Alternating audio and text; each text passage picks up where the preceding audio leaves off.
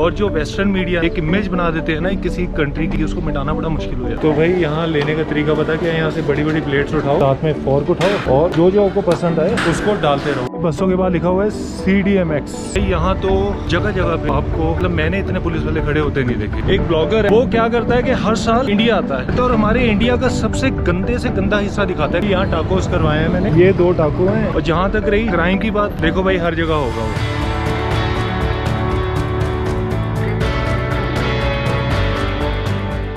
Mexico का official नाम है ना, वो है CDMX। यहाँ कहीं भी आपको CDMX लिखा हुआ दिखेगा ना, जैसे टैक्सीज के बाहर, बसों के बाहर, सरकारी बिल्डिंगों के बाहर, तो उसका मतलब है क्यूडाडे डी ले मेक्सिको। ये नाम है, ये पड़ा था 2013 के बाद। 2013 से पहले मेक्सिको को कहा जाता था DF, डिस्ट्रिक्ट फेडरली मेक्सिका। ऐसे ये CDMX लिखा हुआ है टैक्सी पे, के ऊपर CDMX लिखा हुआ है लेकिन C मिट चुका है। बसों के बाद लिखा हुआ है CDMX। यहाँ कई तरह की बसेस हैं, जैसे एक तो ये वाली है, ऑब्वियसली पेट्रोल की बसेस लग रही हैं। टिकट इन सबकी लगभग सेम है, 4-5 मेक्सिकन पैसों। बहुत सस्ता है यार ट्रांसपोर्ट यहाँ का। वन टाइम मतलब उसमें कहीं भी जा सकते हो आप। और मेट्रो है मेरे ख्याल से 10 पैसों की। इसमें मैं खाने आया हूँ अपने टाको। तो भाई यहाँ टाकोस करवाए हैं मैंने, ये 2 टाको हैं और ये है पोटैटो और बीन्स, साथ में वो स्पाइसी चटनी। 8 पैसों का एक टाको, 30-32 रुपए का है एक। अब इससे सस्ता क्या ही मिले बाहर के देश में। भाई चक्कर पता क्या है, इंडिया से सस्ता कंट्री पूरी दुनिया में नहीं कहीं मिलेगा। तो इसलिए जब भी हम बाहर कहीं जाते हैं तो रेट थोड़े ज़्यादा लगते हैं। भाई ज़्यादा नहीं है, वो नॉर्मल है। हमारा इंडिया ही बहुत सस्ता है यार। मैं ये कह सकता हूँ पूरी दुनिया घूम ली है, इंडिया से सस्ता कहीं कोई है ही नहीं किसी मामले में रेट में। तो देखो भाई, अब बात करते हैं सेफ्टी की। मेक्सिको आने से पहले बहुत सुना था कि मेक्सिको बहुत अनसेफ सिटी है, बहुत रिस्की डेंजर सिटी है। ऑनेस्टली बताऊं, पता क्या है, मुझे लगता है कई बार ना कुछ चीज़ें फॉरेन मीडिया द्वारा ऐसी बना दी जाती हैं, उसकी जो छाप छट जाती है ना, वो मिटाना बड़ा मुश्किल है भाई। मेक्सिको के बारे में ऑब्वियसली अभी भी हो सकता है, डेंजर सिटी हो सकती है भाई। वो दुनिया की मेरे ख्याल से हर सिटी डेंजरस होगी जहाँ क्राइम होगा, लेकिन मतलब इतना भी डेंजरस नहीं है कि जैसे भैया मेक्सिको में पैर रखोगे तो आपके साथ कुछ गलत हो जाएगा, कोई क्राइम हो जाएगा, मर्डर वर्डर हो जाएगा। ये इतना भी नहीं है, ये सब हुआ बना रखा है। अब जैसे ये भी तो एक बनाया गया था कि जो न्यूयॉर्क है दुनिया का सबसे खूबसूरत शहर है, सबसे सेफ सिटी है न्यूयॉर्क, सबसे साफ सुथरा शहर है। बेकार हो गया सारा। जो असलियत जाके देखी, ये हॉलीवुड वालों ने और जो वेस्टर्न मीडिया, जो हम एक इमेज बना देते हैं ना किसी कंट्री की, किसी सिटी की, उसको मिटाना बड़ा मुश्किल हो जाए। भाई मेक्सिको बड़ा सेफ सिटी है, आओ। और सबसे बड़ी बात, इनएक्सपेंसिव सिटी है बाकी देशों के मुकाबले जो इसके मेक्सिको के आसपास है। आप इजीली लंबे टाइम के लिए आ सकते हो। और जहां तक रही क्राइम की बात, देखो भाई हर जगह होगा वो। मैं ये नहीं कहता कि मेक्सिको पूरा ही पूरा सेफ हो गया, इसमें कभी कोई क्राइम हो भाई होगा। कहते हैं कि अगर आप कुछ चीजों से दूर रहोगे, अगर आप ड्रग्स नहीं लेते हो, शराब शुरू पीने का कोई शौक नहीं है आपको, बियर बार जाने का कोई शौक नहीं है, कुछ और गलत काम नहीं करने हैं, तो आपके लिए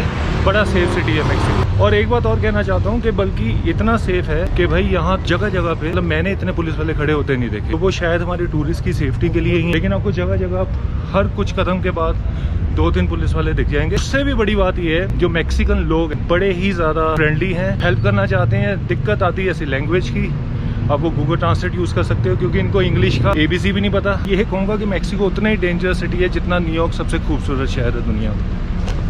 भाई हालांकि मैं कंपेयर नहीं करना चाहता, लेकिन जैसे मेक्सिको शहर और न्यूयॉर्क को देखे, न्यूयॉर्क में जब पहली बार उतरा था ना मैं, तो तब से एक फीलिंग आ गई थी, शायद पहला इंप्रेशन ही ऐसा पड़ गया था जब मुझे एयरपोर्ट पे बोल दिया गया था कि मैं रात को मेट्रो ना लूँ। देखो यहाँ पे पुलिस वाला खड़ा हुआ है। तो मुझे उसके बाद फिर जो सड़कों पे हादसे हुए, लोगों से मिलना जुलना हुआ, सरेआम लोग सड़क पे रोक देते हैं, भाई अभी तक मेक्सिको में ऐसा देखने को नहीं मिला। बड़ा फ्रेंडली सिटी है। अभी पीछे रिसेंटली एक ब्लॉगर है, वो क्या करता है कि हर साल इंडिया आता है और इंडिया में हमारे वो चला जाता है, जैसे दिल्ली में कुछ पिछड़े इलाके, उन जगहों में जाके वो वीडियो बनानी शुरू कर देता है और हमारे इंडिया का सबसे गंदे से गंदा हिस्सा दिखाता है कि लोग कैसे गरीबी में रह रहे हैं, गरीबी में जीते हैं, समझे ना।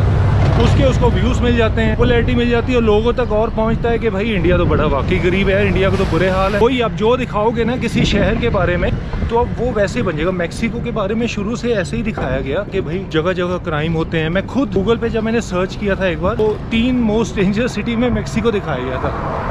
तो भाई अब यहाँ का माहौल देके देखो, लगता कि नहीं अमेरिकन कम्युनिटी है दुनिया में। अगर अमेरिकन सबसे ज्यादा, अगर अमेरिका को छोड़ के किसी और कंट्री में रहते हैं ना, वो मेक्सिको है भाई। जो मेक्सिको के साथ अमेरिका का बॉर्डर लगता है ना, वो तिजुआना वाला, उसका जो कुछ हिस्सा है उसको कहते हैं बाया कैलिफोर्निया। आज भी अमेरिका के लोग बॉर्डर क्रॉस करके उस हिस्से में रहने आते हैं, काम करने के लिए सुबह सुबह बॉर्डर क्रॉस करके अमेरिका जाते हैं। कुल मिला के 6 लाख अमेरिकी आज भी जो है वो मेक्सिको देश में रहते हैं। तो भाई अभी मैं आपको लेकर जा रहा हूँ इस बिल्डिंग में। ये है सबसे बेहतरीन, सबसे पुराना स्ट्रक्चर मेक्सिको सिटी का, और ये है मेक्सिको का पोस्ट ऑफिस, पेलेशिया पोस्टल कहते हैं इसको कुछ पे। तो भाई बहुत गजब की आर्किटेक्चर डिजाइन है अंदर इसका। ये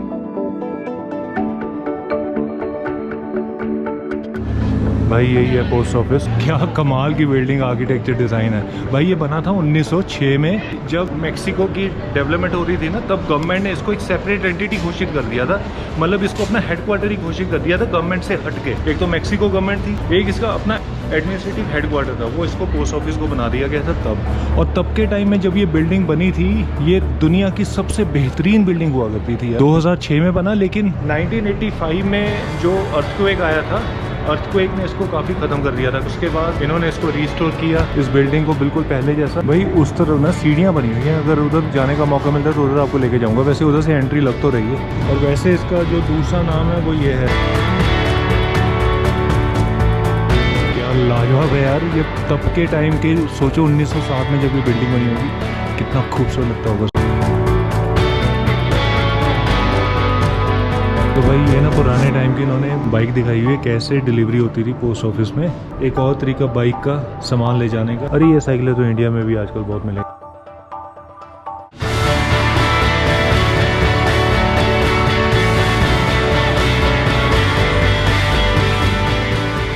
तो भाई परफ्यूम की दुकान में घुसा हूँ, या परफ्यूम बनवाने आया हूँ स्पेशली। यहाँ ना बड़े इनके पास यार परफ्यूम है। तो यहाँ से मैंने कुछ सिलेक्ट किया है, 1-2 छोटी छोटी शीशियाँ बना के देते हैं, कस्टमाइज आप बनवा के लेके जा सकते हो, मैन वुमेन दोनों के लिए। तो भाई मैंने ना 2 परफ्यूम करवाए हैं, बड़े सस्ते पड़े यार, 70 पैसों का एक परफ्यूम पड़ा है, और 50 ml। तो भाई मैंने 3-4 परफ्यूम करवा लिए हैं ये वाले। ये सारे मतलब जैसे ना परफ्यूम ओरिजिनल को लेके उसको कस्टमाइज़ करते हैं, जैसे गुच्ची हो गया, शनाइल हो गया, और वर्साचे हो गया, कुछ ऐसे ऐसे करके। मुझे नहीं पता भाई नाम ब्रांड कौन सी, इन्होंने बताया तो 3-4 ले लिया भाई, अच्छे दाम में मिल गए इसी दुकान से। देखना भाई, कोई इन पेडेस्ट्रियन, कोई ट्रैफिक रूल नहीं है, बीच में से कहीं से भी सड़क क्रॉस कर लो, जब मौका मिले निकल जाओ भाई। ये देखो ट्रैफिक थोड़ा रुका और निकल जाओ, वो देखो। तो भाई जैसे आपने यूएसए में बहुत देखा होगा, हर जगह पिज़्ज़ा स्लाइस मिलती है, इटली में भी देखा होगा, तो मैं यहाँ भी ट्राई करने लगा हूँ। मेक्सिको में चलते चलते दिखा विवेलिया पिज़्ज़ा। अब इसके देखते हैं, अगर स्लाइस है वो भी वेजिटेरियन। बड़ा चैलेंज है यार, मुझे ना एक्चुअली अच्छा ही नहीं लगता किसी रेस्टोरेंट में जाके, इतना खासकर इतने कस्टमर खड़े होते हैं वहाँ पे ज़बरदस्ती पूछना वेजिटेरियन है, मीट तो नहीं, चिकन तो नहीं है। तो भाई इनके ना वेजिटेरियन पिज़्ज़ा था ये वाला, तो ये मशरूम वाला दिया इन्होंने मेरे को, ये वाला। और मैंने जंबो वाला लिया है पूरा, बड़ा वाला। छोटा भी ले सकता हूँ, लेकिन मैंने कहा 7 का ही फ़र्क है, बड़ा ही लेते हैं क्योंकि 29 का पड़ा है यार ये। ठीक है यार, कोई इतनी बड़ी बात नहीं है। यूएसए में भी एक स्लाइस कहने को तो $1 का है, लेकिन $1.20 से कम नहीं मिलता कहीं। अरे भाई ये ना चलते चलते एक बेकरी की दुकान आ चुकी है यार। अभी देखते हैं इसके अंदर क्या क्या है भाई। मैं तो घूम ही रहा था, अचानक दिख गई ये। अरे केक पड़े हुए हैं, ये केक कितने का है? अरे भाई 400 मैक्सिकन, मतलब कितना किसी 1600 रुपये का केक है भाई। अगर इंडिया में होता है ना, कम से कम ये 6-7 हज़ार का तो होना था ये, तो कम से कम 2 किलो का, 2-2.5 किलो तो है यार। पेस्ट्रीज हैं ये 30 पैसों की। तो भाई यहाँ लेने का तरीका पता क्या है, यहाँ से बड़ी बड़ी प्लेट्स उठाओ, साथ में फोर्क उठाओ, और जो जो आपको पसंद आए उसको डालते रहो उसमें और उसका बाद में बिल करवा लो यार। ये बढ़िया तरीका है यार। मैं सच में कुछ नहीं लेने आया था, बस दिखाने के चक्कर में बिलिंग हो रही है अभी यार। ये 16 मैक्सिको की यार, सिर्फ 60 रुपये की चीज़ें हैं सारी। ये जो देख रहे हो आप, क्या कमाल की चीज़ें यार। ये है 80 रुपये का, मतलब 70-75-80 रुपये का। और ये चीज़ ब्रेड है, और भाई इधर बिस्किट्स पड़े हुए हैं। तो ये हो गया 600 रुपये किलो है भाई। यहाँ देखो पैकिंग कैसे हो रही है इनकी। ये देखो बड़े से पेपर में, पेपर प्लेट में डाल के ऊपर से फोल्ड कर देंगे। तो भाई आपने जो अपना टोकरा इकट्ठा किया ना, यहाँ काउंटर पे देना, ये आपको बिल बना के देंगे ऐसी पर्ची, उसके ऊपर लिखा है 19 पैसों तो उसका आपने यहाँ पेमेंट करवानी है, उसके बाद रसीद इनको देनी है, पैक करके दे देंगे आपको। ये देखो ऐसे जैसे हो रही है पैकिंग। ज़बरदस्त है ना यार, बताओ। मेरा मन तो बड़ा कुछ कर रहा है, कल लेकर जाऊँगा। कल यहाँ से ना जब जाने वक्त लगूंगा तो पैक करवा के लेके आऊँगा। इनकी ना बेकरी सब पीछे है, ये देखो पीछे बन रहा है सब कुछ। Thank you so much. और भी इन्होंने इसमें डाल के दे दिया यार, बड़ा आसानी से, बड़ा मज़ा आ गया यार। ये तो मेरे को शॉपिंग करके यहाँ भाई, इसको तो नोट कर लो, जब भी मैक्सिको आओ तो यहाँ ज़रूर आओ। इस रेस्टोरेंट का नाम क्या है, इस बेकरी का नाम बताता हूँ अभी मैं, पास्टेलेरिया आदियल। ये एक्चुअली सिटी सेंटर के साथ है जहाँ